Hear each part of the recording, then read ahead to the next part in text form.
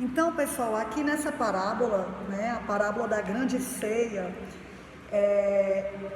só para contextualizar, Jesus ele estava na casa de um fariseu jantando, né, com outros homens religiosos. E Jesus já tinha até contado outra parábola lá em Lucas 14. E de repente alguém se levanta e diz para Jesus o que está lá no versículo 15. Bem-aventurado que comer pão no reino de Deus, né? Feliz é aquele que comer pão no reino de Deus. E é interessante. Oi, Ju.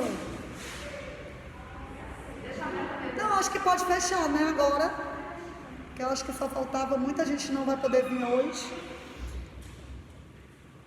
E é interessante que Jesus ali usa só essa deixa desse homem, né? Ele talvez falou isso assim, sem nenhum propósito maior, mas Jesus ele se aproveita dessa deixa para contar essa parábola. E essa parábola é belíssima, né? Porque reflete o grande amor de Deus, a infinita graça e misericórdia de Deus, e também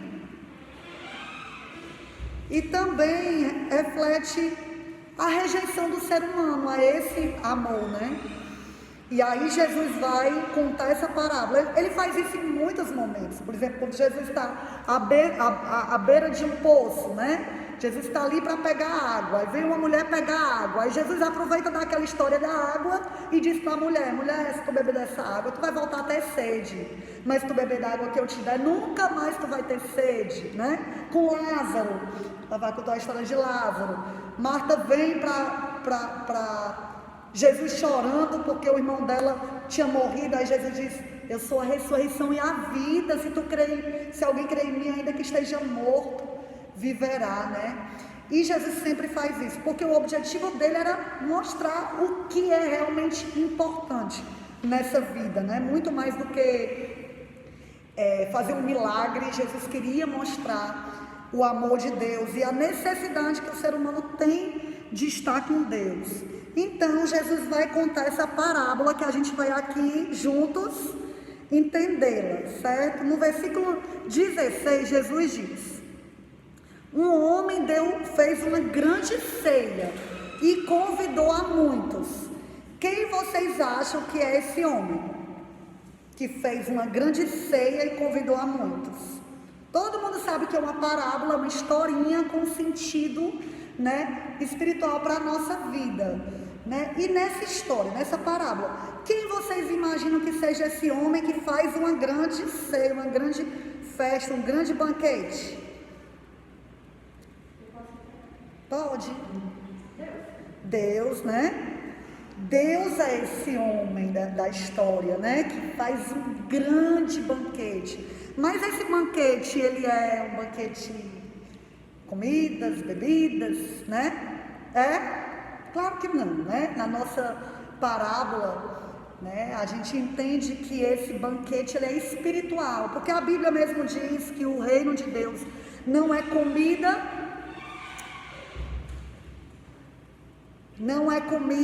nem bebida, mas justiça, paz e alegria no Espírito Santo. Então esse banquete que Deus tem preparado é espiritual, né? E o nosso alimento que Deus tem preparado, que Deus tem nos dado, a Vavá até já falou, né? Quando falou do pão que desce do céu, é Jesus. Na verdade, Deus tem preparado uma vida abundante, né? Na presença dele, um grande banquete para a humanidade Deus tem preparado, um banquete espiritual, né? Na presença de Deus. A Bíblia diz lá em Salmo que na presença do Senhor há fartura de alegria, há delícias perpetuamente. Então Deus tem preparado uma vida maravilhosa para nós, para a humanidade, uma vida abundante, que Jesus disse: eu vim para que tenham vida e vida com abundância. É fartura de alegria, fartura de paz, e vai além dessa vida, o que é mais maravilhoso, né? O que Deus tem preparado para nós, porque a Bíblia diz que nem olhos viram, nem ouvidos ouviram, nem jamais penetrou em coração humano aquilo que Deus tem preparado para nós, né? Para aqueles que o amam. É um grande banquete, é um banquete maravilhoso. E aí Deus tem preparado esse banquete. E aí, no versículo 17, né, a hora da ceia, mandou o servo dizer aos convidados: vinde, que já está tudo preparado. Deus preparou tudo. Deus preparou um plano maravilhoso para nos reconciliar com Ele, para nos dar essa vida abundante, para nos dar paz, alegria e salvação. E Deus preparou como esse plano? Como é que funciona esse plano? Na verdade, quem consumou esse plano foi Jesus, né? O pão que desce do céu, o banquete que Deus deu, que o homem deu, né? Uma grande ceia, o banquete é Jesus. E Jesus, ele consumou esse plano na cruz, né? Antes de morrer, ele disse: está consumado, está pago, está preparado. Por isso que o homem aqui diz: está preparado. Jesus fez tudo para nos dar esse banquete, para nos dar salvação e vida com abundância. E aí, depois que está tudo preparado, que Deus preparou tudo, né? O que acontece? O dono da festa ali, ele manda um recado para dizer que já está tudo pronto, que já está tudo preparado. E aí as respostas não são agradáveis. Por quê? As pessoas começam a se desculpar. E como a gente vê, né, como o ser humano muitas vezes é indisposto para com as coisas de Deus, né? Às vezes as coisas desse mundo nos atraem muito mais do que as coisas espirituais. Às vezes, para ler a palavra de Deus, a gente não tem tanto ânimo. Para ouvir uma mensagem sobre Deus, a gente não tem tanta disposição. A gente vê que realmente o ser humano, ele é naturalmente indisposto. E a Bíblia diz por quê que isso acontece, né? Desde que o primeiro homem, né, escolheu desobedecer, ele se afastou de Deus e o pecado entrou na humanidade, o homem passou a ter uma natureza pecaminosa, uma natureza corrompida, né? Que essa natureza não é inclinada para Deus, mas é inclinada para si mesmo e para as coisas desse mundo. Então é por isso que o homem muitas vezes dá desculpas para Deus. Muitas vezes o ser humano coloca obstáculos para as coisas de Deus. E aí na nossa parábola, a gente vai examinar cada uma dessas desculpas. Eu esqueci de mostrar a figurinha, ó. Tem uma figurinha, porque essa história eu já contei para as crianças. Então deixa eu mostrar aqui as figurinhas. Aqui, ó, tudo preparado. O dono, né, da festa preparou, né, o pai de família preparou o grande banquete, mandou avisar. E aí, as primeiras pessoas que foram avisadas, depois que já estava tudo preparado, deram uma desculpa. Quem sabe qual foi a desculpa? Está aí no versículo 18. E eu ainda vou mostrar aqui para facilitar.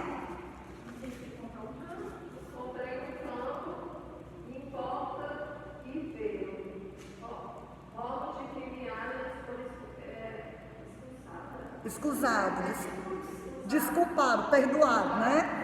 Pronto, então primeira desculpa, né, daqueles homens foi: eu comprei um campo e eu preciso ir ver, eu não posso ir para o banquete, porque eu comprei um campo e eu tenho que ver. Será que tem sentido para aquilo? Ele não era para ter visto o campo antes de comprar, né? Quem é que compra um campo, um terreno sem ver antes?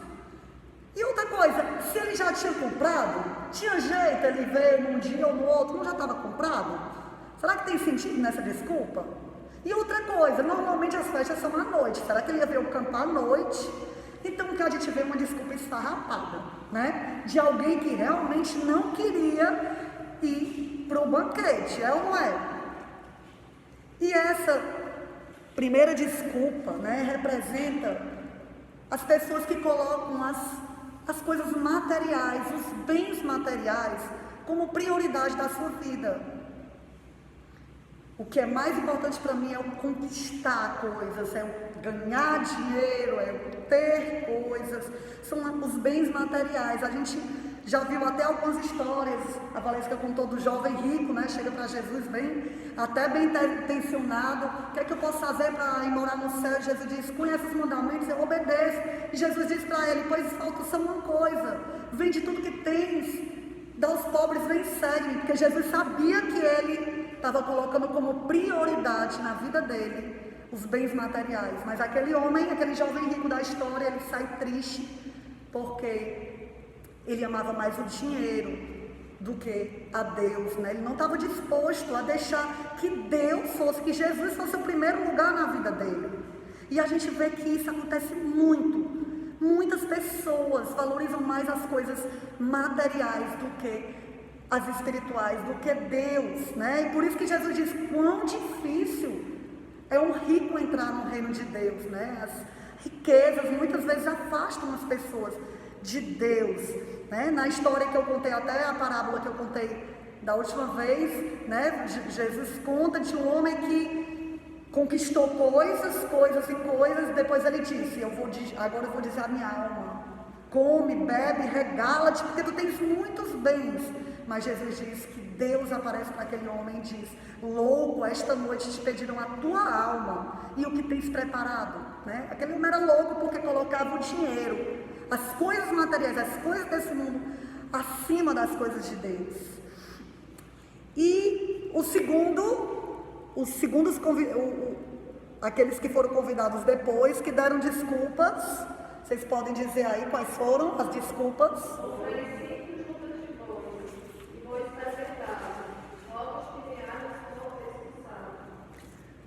Do mesmo jeito, né? Aquela desculpa também era sem sentido.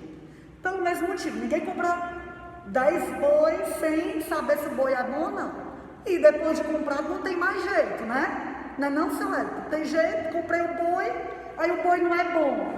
Já comprei, né? Então, era sem sentido, né? Ele tem que ver os bois justamente na hora da festa.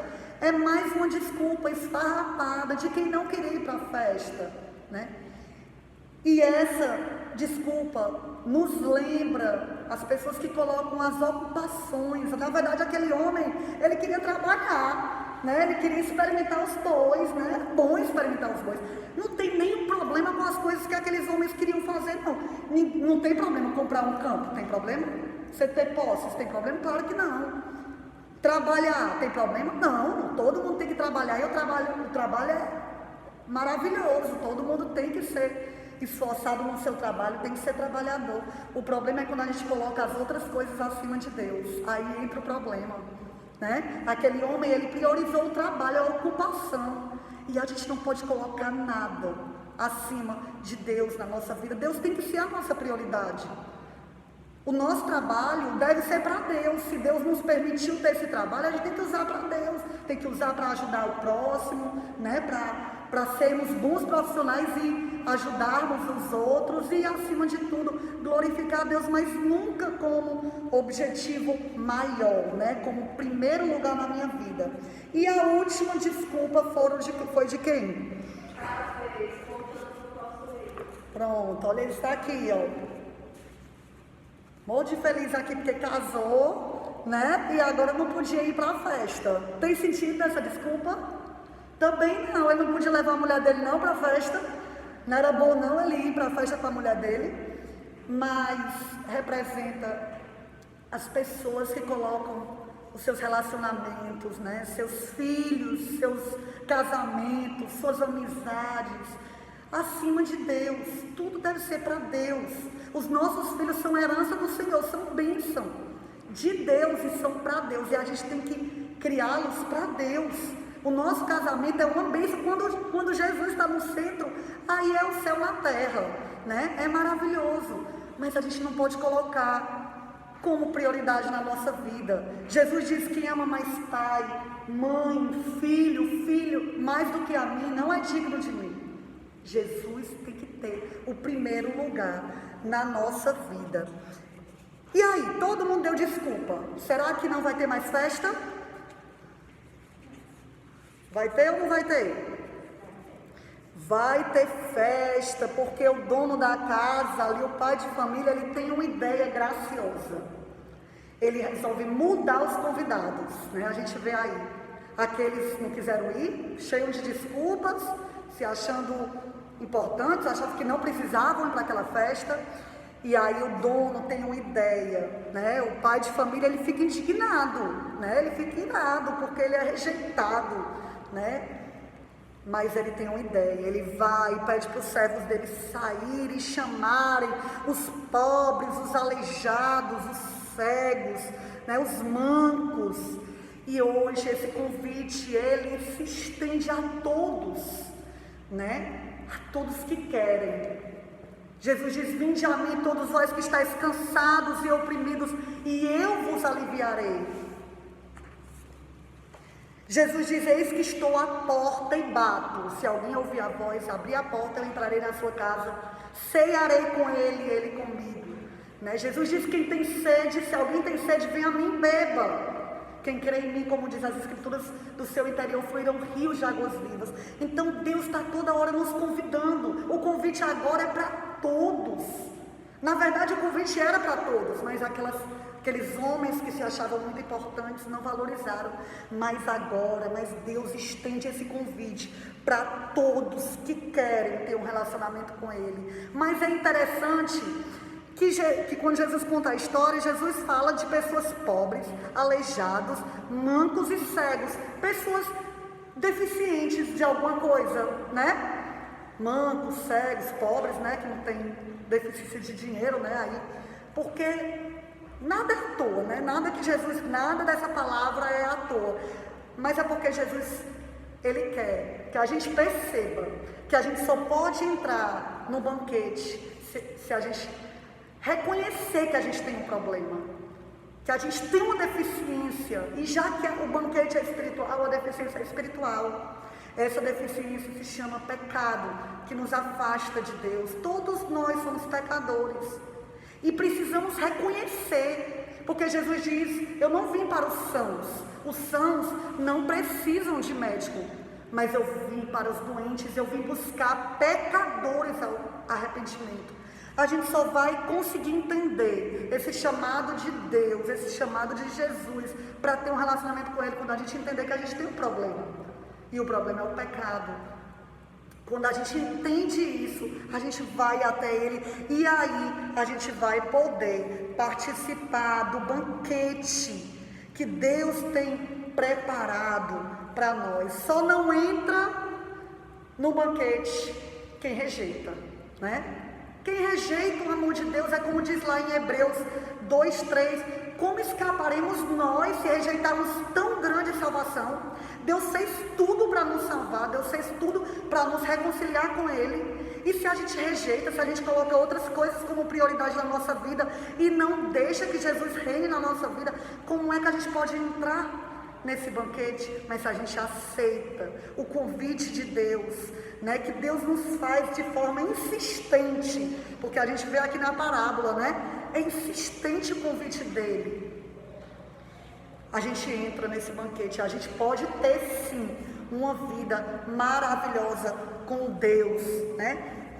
Lá em João, aqui está errado, é João 1,12 diz: mas a todos quanto o receberam Jesus, deu-lhes o poder de serem feitos filhos de Deus, né? Quando a gente recebe Jesus, a Bíblia diz que a gente passa a ser filho de Deus, e a gente vai ter o privilégio de participar desse banquete maravilhoso que Deus tem preparado, né? Que a gente possa se examinar e ver o que é prioridade na nossa vida, o que é que a gente está colocando em primeiro lugar na nossa vida. Porque para participar desse banquete, Jesus tem que ser o primeiro lugar, né? Jesus, a gente não pode colocar outras coisas, mas Ele tem que ser o Senhor da nossa vida. Amém? Alguém queria complementar alguma coisa sobre a parábola? Daria tempo da gente cantar uma música? O que é que vocês acham? Pode ser? Para te dar, Mari? Dá?